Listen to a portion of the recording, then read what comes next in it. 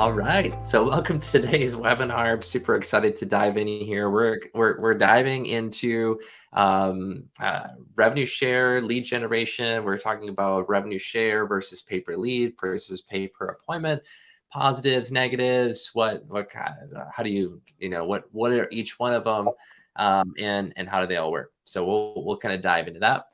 But today I've got my guest here, Michaella, who's our director of sales at Contractor Appointments here. Michaella, tell us a little bit about yourself. Yeah, so I've been with Contractor Appointments for almost 7 months now. So I started back in November. Really, really appreciative of this position and really loving connecting with all these contractors and being able to, help with your needs and help with your business growth. So that's been really awesome.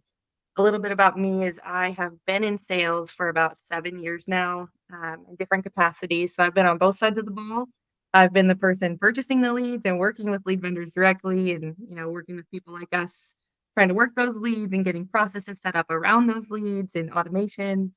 And now I'm on the reverse side where I get to actually work with companies that are doing the purchasing. And so I understand the pain points very personally, which is really great. A little bit more about me personally. I'm a mom, I'm a wife, and I'm about to move back to Montana. So really enjoy my outdoor time and just looking forward to letting you guys know a little bit more about our processes and just leads as a whole. So that way you can decide what's going to be the best fit for your business.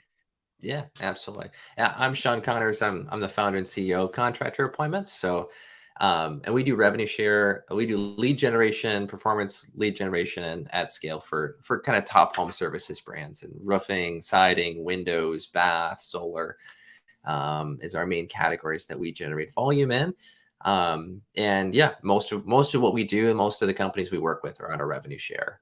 So we'll talk about that here today. So. But and we're a diverse company across the entire country. So a lot of us are based in Minnesota, but like Michaella said, she's moving back to Montana. So we're all over the country here. I think I can't remember, it was like 7 states or 6 states now. We're all over the place. So we all do this remote thing all the time. But yeah, so we'll dive in right away here, Michaela. I've got some questions for you. Let's just first talk about, like, just explain revenue share and what it is. Obviously, it's there's a lot of misconceptions. There's a lot of different companies that have claimed to do revenue share, but then they call, like, there's a certain cost to it, baseline cost. There's print media revenue share. There's other lead generators who have done or tried revenue share, but maybe explain just how revenue share pay per sale works on our platform. Yeah. So for us, it's very straightforward. It's exactly like it sounds like. So pay per sale, you're only paying a percentage on what you actually turn into a net close, at least for us. We don't have any upfront fees or recurring fees, cancellation fees. There's no other fees that are really built into that. How we have it set up is we have a soft set appointment that we set for you. So we bring over the customer, the homeowner, a little bit more engaged than maybe, just a raw lead. So the homeowner's booking that appointment themselves. We're sending it your way. You're working it just like normal, but then you're only paying us on the ones that turn into a net close, and it's a percentage of the sale. And that can vary a little bit by trade. You want me to jump in that deep, Sean? Do you want me to go ahead and go over that? Yeah, we'll go into that. I mean, we'll go into that in just a minute here. So yeah, I mean, overall, it's, we're generating the lead on that side of things like any other lead generator that's in the space. The only difference is how you pay for it. So is obviously, with most lead providers, you're paying just a set per lead cost, or there's even a few that are charging a per appointment cost, per demo or per issued appointment. At different markers there. Our revenue share is really at that point where it's like you're paying for it when it becomes a net close. And for us, that's like contract signed, out of rescission, finance obviously is approved on that side of things. So that's where that falls in. So what's the, and explain, so we have a revenue share side of things, but let's just talk about, I mean, we started with pay per appointment and we still have that side of things as well. So maybe, explain that side of things as well. Pay per appointment. So, like Sean said, the way that we're generating the lead is going to be the same. The way that you're receiving the lead is the same. It's just how you have the payment structure set up. So we went over pay-per-sale, pay-per-appointment, also exactly like it sounds, you're paying for each appointment that we send over for you. So that's across the board, you're paying for each appointment as it shows up in the dashboard. Yeah. So there's just basically the fees are differently. It's a set price for each appointment that comes in rather than a set percentage for each close. Yep, absolutely. Well, yeah, and it's pretty self-explanatory, but ultimately, yeah, it's for most lead generation, there's a cost that obviously us as a marketer have to incur to get that lead in the door. We're either going to incur that and get it when you close, or we're going to get that on the front end when that appointment's delivered over to you. So there's positive and negatives to each one of those.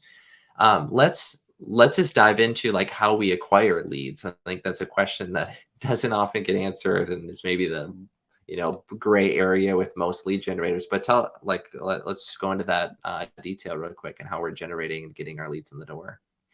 Yeah, so I like to say that we get leads from anywhere and everywhere. So breaking that down, we do our own internal sourcing. We're using SEO, Google Ads, social media, whatever we can do to drive traffic to our landing pages. And on our website, there's an actual profile for you set up. Homeowners get to book appointments with you directly through our website. There's screening questions that they go through on our website, confirming that they're the homeowner, confirming their information, etc. So that's one.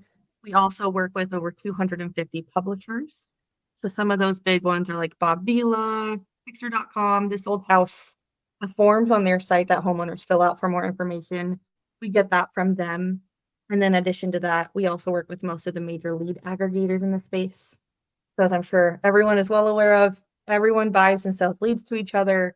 We're jumping in there and we're purchasing leads from those other folks and then doing our own basic pre-screening process on them before they ever come your way. So those same questions that we ask on our website when we're screening through those that come there, we're also doing that through our texting systems, our inbound call center, whatever we can to do to really screen those as much as possible.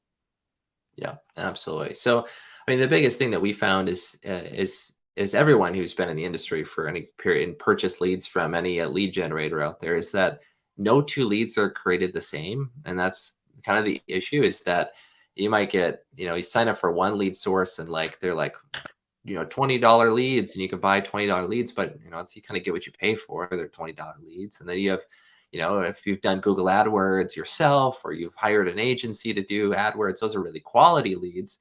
And so we're trying to use every means possible to get you those leads in the door. But at the end of the day, we kind of use our internal team to screen them out, because those low quality leads are often coming from like a Facebook ad, which could have said, that, hey, you can get a new Windows if your home qualifies. And we reached out to them. Are you actually wanting to replace your Windows? Are you making sure that they're actually in market? Are you wanting to replace Windows? How many Windows do you want to get replaced? And making sure that they're not wanting some, free program or government program or something like that to get their Windows replaced.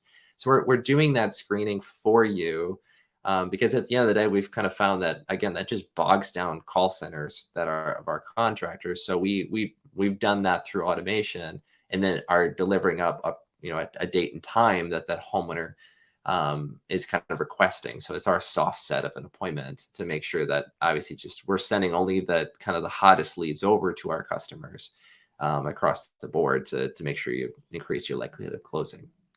So a couple of questions kind of came in here. As Frank asked, how do we control the sales process?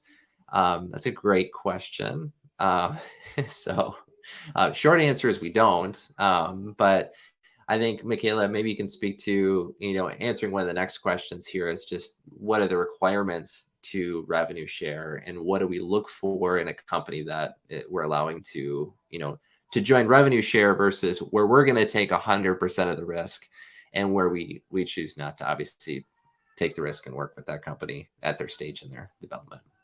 Yep. So just like you said, there's no real way for us to control your sales processes, but we do have certain markers that we look for when we're signing companies up, especially under the pay-per-sale. So I know for me personally, when I'm having that conversation with the contractor, I do require that a CRM is in place. Just having that customer management system creates things more organized. Typically, there's some good processes set around that, this makes more success.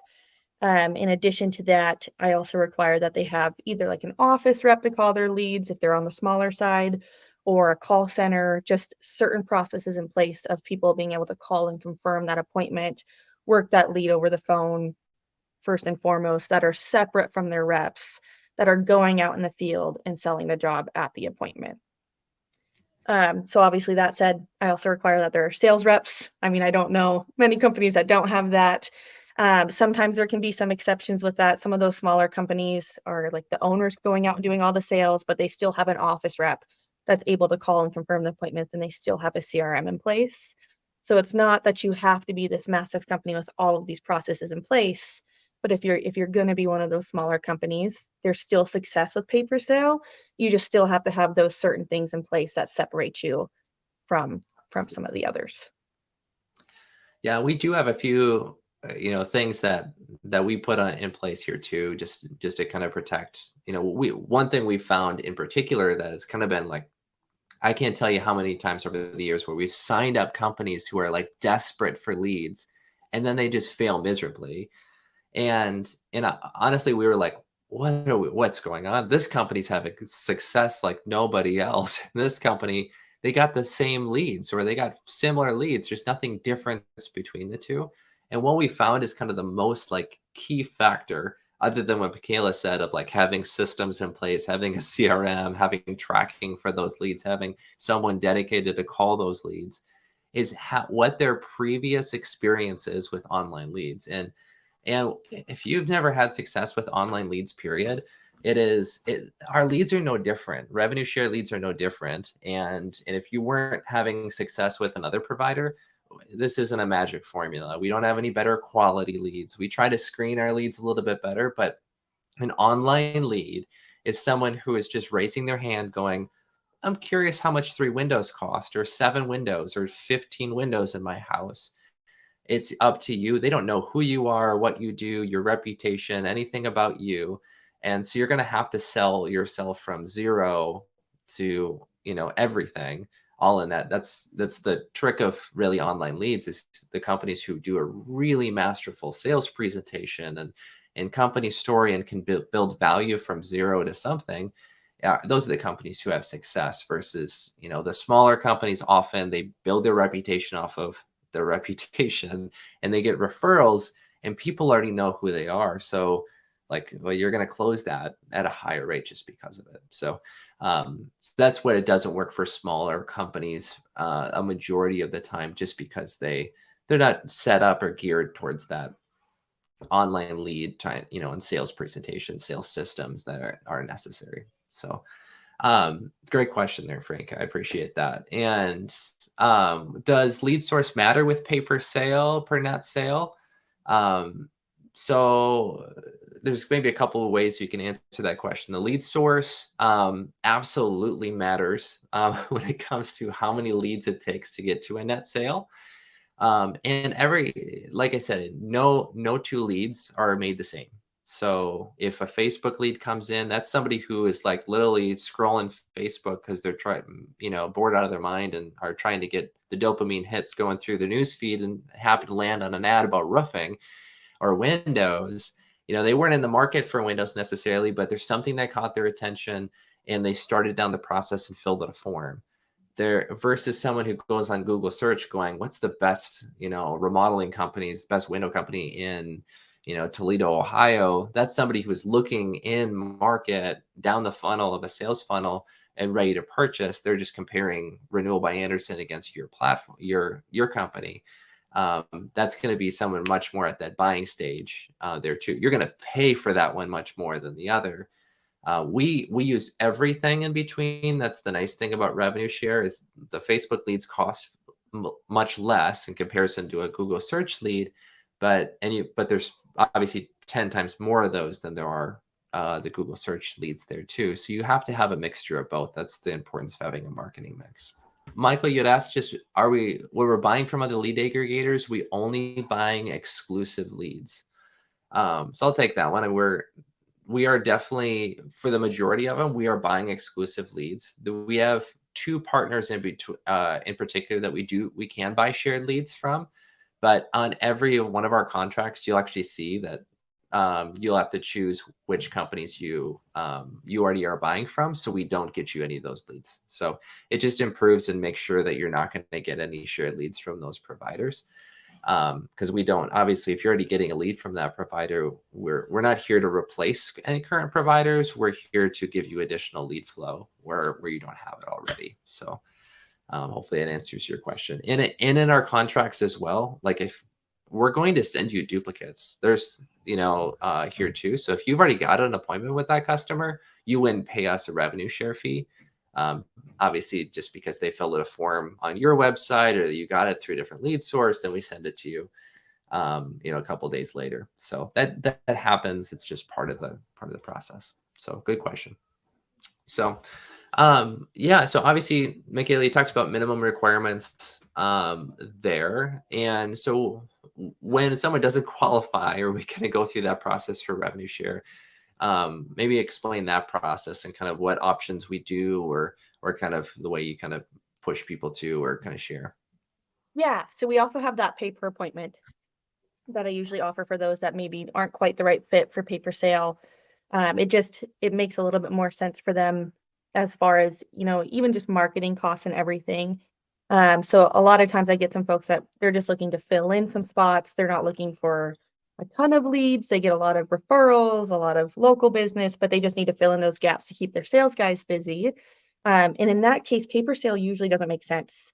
So kind of do a little bit of a deeper dive. I won't go too deep here, but to give an idea, everything within our system is ranked on revenue per lead. So however much sales fees you produce for us divided by the amount of leads that we send you, that's how we rank you on pay-per-sale.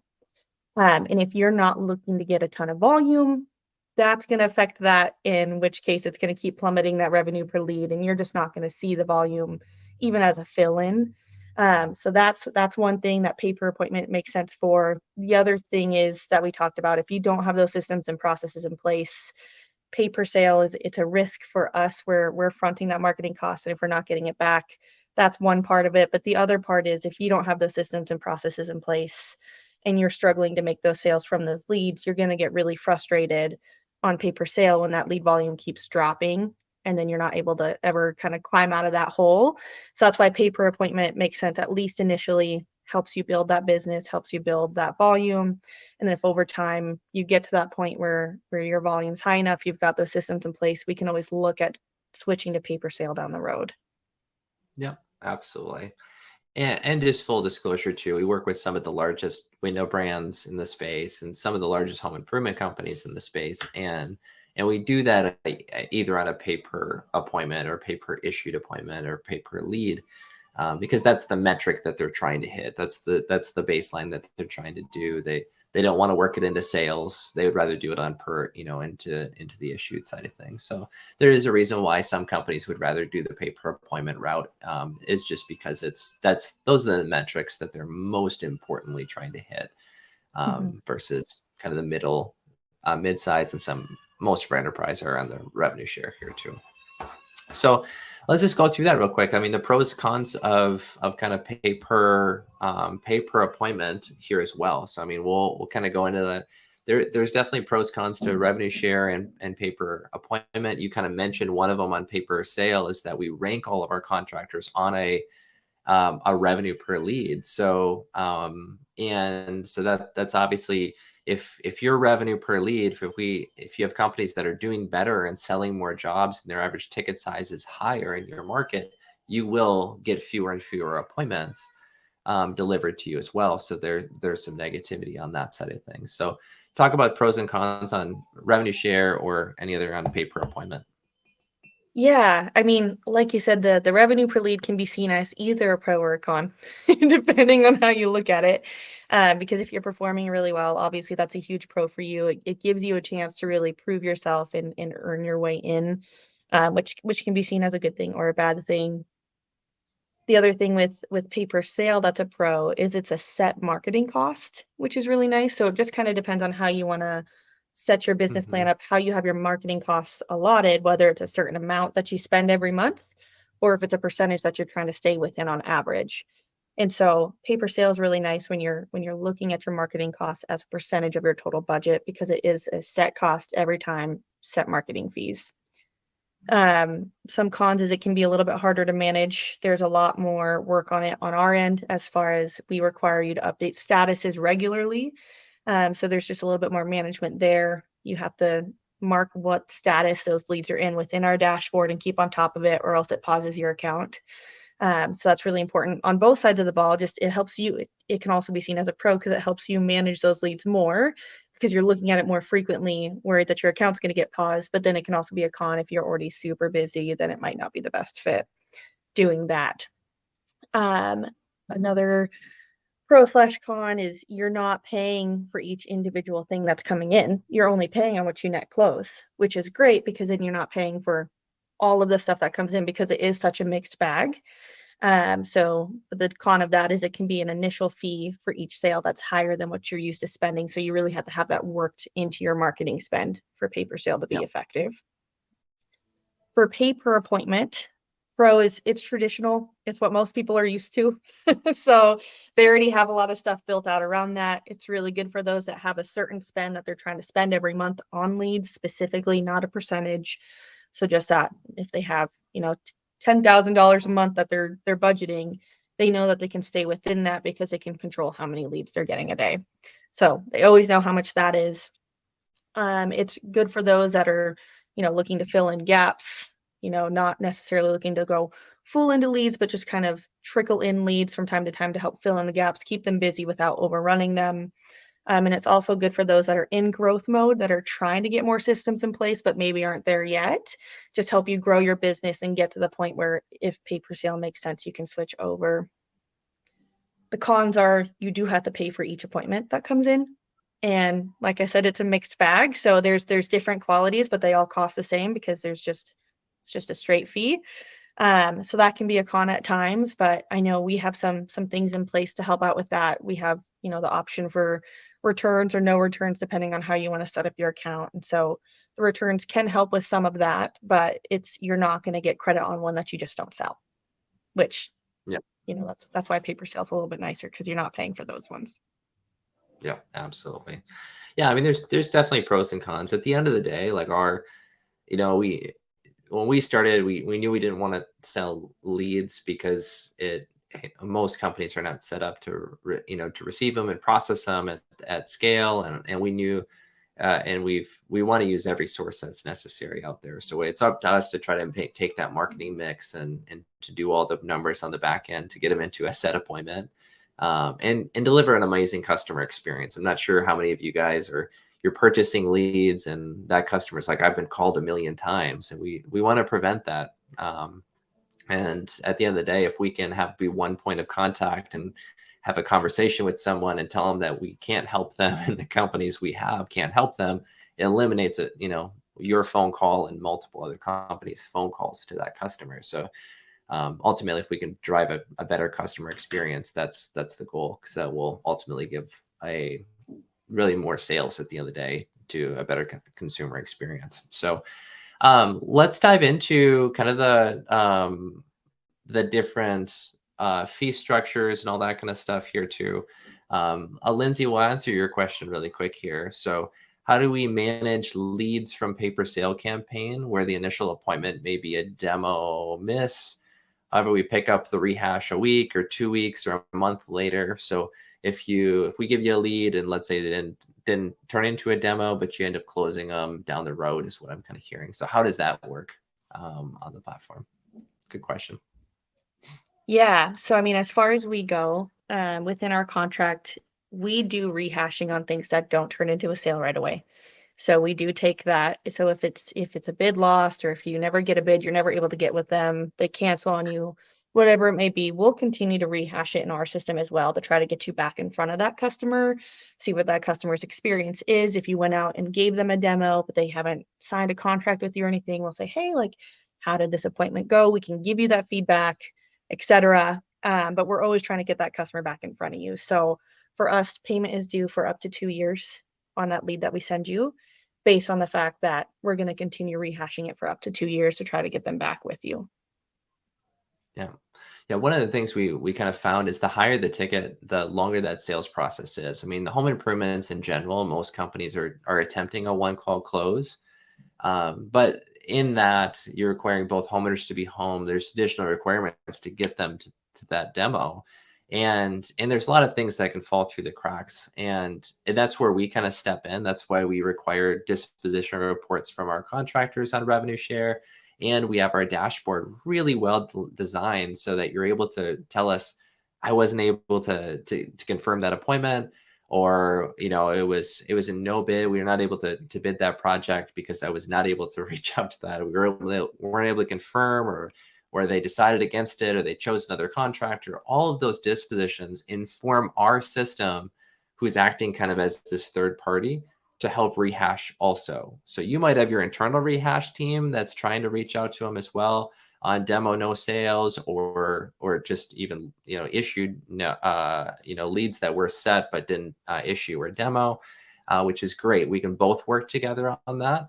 But we find that just being a third party in the mix here, of going like, hey, how did that appointment go?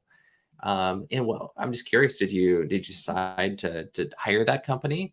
And we're asking these questions to help influence a sale in the right directions towards you. So trying to present your company at the best possible light as a referred, we're referring you over to that homeowner, but also just staying on top of it. We're all busy and things fall through the cracks. So we have systems in place to help kind of get you and keep you in the door. So, and if it's a demo, no sale, we'll continue to follow up with that customer for you, hopefully rehash them enough to get them into an appointment with you again. And your sales team, even 3 months, 6 months down the road. I mean, I can tell you from just looking at some of our numbers, even year to date, there's millions of dollars in revenue that our contractors have made off of appointments and leads that we delivered last year that rehashed and sold this year. And that's from traditional one call close companies that we've followed up with that customer enough that we've gotten that business, back for them. So there's a huge value in that piece alone. So yeah, so I think reporting and fee structures associated with revenue share, and then pay per appointment. So let's dive into that. Yeah. So as we talked about, all the reporting is pretty much done in our dashboard. We have this really great like mini CRM that we have set up for you that you get to stay on top of. We will integrate with your CRMs as well to post lead data in there, but it's really important to be using our dashboard specifically for putting what stage that lead is in. So all reporting is done through that dashboard. It's a lot of trust built out, but we also have a lot of systems in place to kind of flag it if anything goes wrong. So that's where basically there's a drop down where you put what status the lead is at. So whether it's a confirmed appointment, if it's a no bid, like we talked about, where maybe you just weren't able to ever confirm it, if they canceled, anything like that, whatever reason that you didn't give a bid. There's also a bid working status. And that's when, you've actually given them the bid, you're still working that lead. Bid lost, that can also fall under our rehash. And then hired. And then under the hired status, that's just when you want to make sure that you're not putting it as hired until you are at that net close status where your post rescission, post financing, and financing needs to be approved, because that auto triggers our system to pull that Friday, that percentage. There's a spot for you to upload what that sale amount is. You can upload the bid, the invoice, everything within there. It's all very nice and simple and easy to use. As far as percentages go, for roofing, gutters, and siding, it's 12% of the sale, and that is the total sale once it reaches that net sale status. For windows and bath, it is 15%. And then solar set up a little bit differently for us. For solar, it's a flat fee per sale, and that's at $3,500 per sale. Yeah, absolutely. So, and with all of our fee structures on revenue share, like I said, it's, normally we're at the high end of what our companies want to hit. And that's why again, we're one lead source of many, but we're taking all the risk in that here too. So the ups and downs of the industry, as the year progresses, in the winter and the summers, that our percentages stay the same. So, and we get all the alignment, and that's, we're doing a lot in the back end. So, and let's go through the pay per appointment kind of pricing structure and how that works here too. Like you said, there's like returns and no returns, and sometimes that is just better for companies, who are starting out. Yeah. So on returns, it's typically, so for roofing and siding, it's going to be 250, as well as for windows and bath. We do have some lower fees for gutters. Gutters are $100, as well as repairs. So like roofing repair, siding repair, window repair, 1 to 2 windows. Those are also set at the $100. They're just lower ticket items. And then for solar, it's 350. If you wanted to do no returns, it's 120. And then quote me if I'm wrong, Sean, I haven't had anybody had repairs on for no returns. I believe it's 65 for repairs on no returns. Yeah. So it's just kind of a set fee. We do require that you pay the first 10 up front. It says a credit on your account pays for the first 10 up front. And then after that, we go to a pay as you go frequency. You just have a credit card on file on that dashboard. It charges as the appointment posts in your account. And then when you're on the returns, you're still going to use that dashboard, just not as frequently. So if you have a reason for a return, so we allow returns for no shows, cancellations, invalid information, duplicate leads, and you would just request that in your dashboard. Underneath the hired status, there's another one that says return. If you're on paper sale, you don't have to worry about that, obviously. But for those that are on the returns, that's where you would request that credit. Yeah, and you still get all the same features that our revenue share buyers do as well, and our contractors there too. Is that you can use the CRM kind of as that system as well. So, and as you're a small business, we've had some small businesses who use that review reporting really well, and actually moved to revenue share because they've filled out all their information and have kind of proven themselves that they're really good at closing, and they would actually go to revenue share because it would fit their business and what they're doing. So we've had companies do that too. So yeah, some great questions here today. I appreciate you guys kind of jumping in and diving in to some of the stuff here with us. I think, Michaella, any other kind of frequently asked questions that you get here from companies that we didn't cover? I'm trying to think. I had a list of questions and now they've left my mind. Yeah, Um, we at the end of the day, I mean, it's, there's no kind of sugarcoating how online leads work. It's about just having a conversation to see if it kind of is in alignment for what you do. We definitely have some markets where we've hit a point of kind of saturation that like we have enough contractors in that market to, and there's only a certain number of supply of leads where, we'll just be honest with you if we can help you or we can't in a market. In addition to that, we'll kind of help you direct you towards paper sale or paper appointment, and there might be some benefits to either one, just depending where your business is at. We for the most part, our biggest three trades that we generate the most amount of volume in is roofing, windows, and bath. So we get a lot more volume in those three categories. We do a ton of work internally to get a lot more volume in those categories.